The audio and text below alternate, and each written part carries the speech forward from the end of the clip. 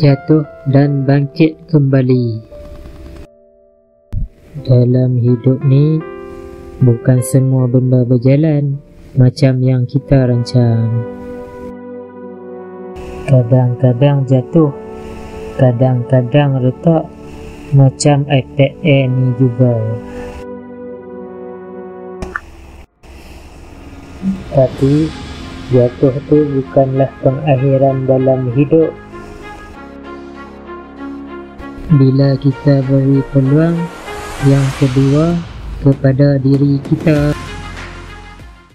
kita juga akan lebih bersemangat dan boleh juga pergi lebih jauh. Barang yang rosak masih boleh dibaiki jika kena dengan caranya.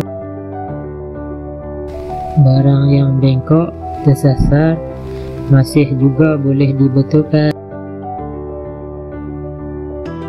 Dan hati yang patah pula perlahan-lahan boleh sembuh.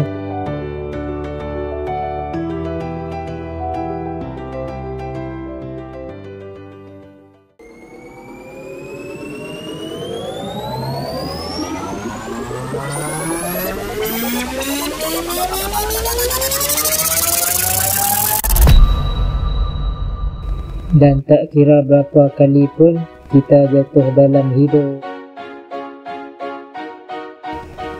yang penting kita tak berhenti untuk bangun lagi.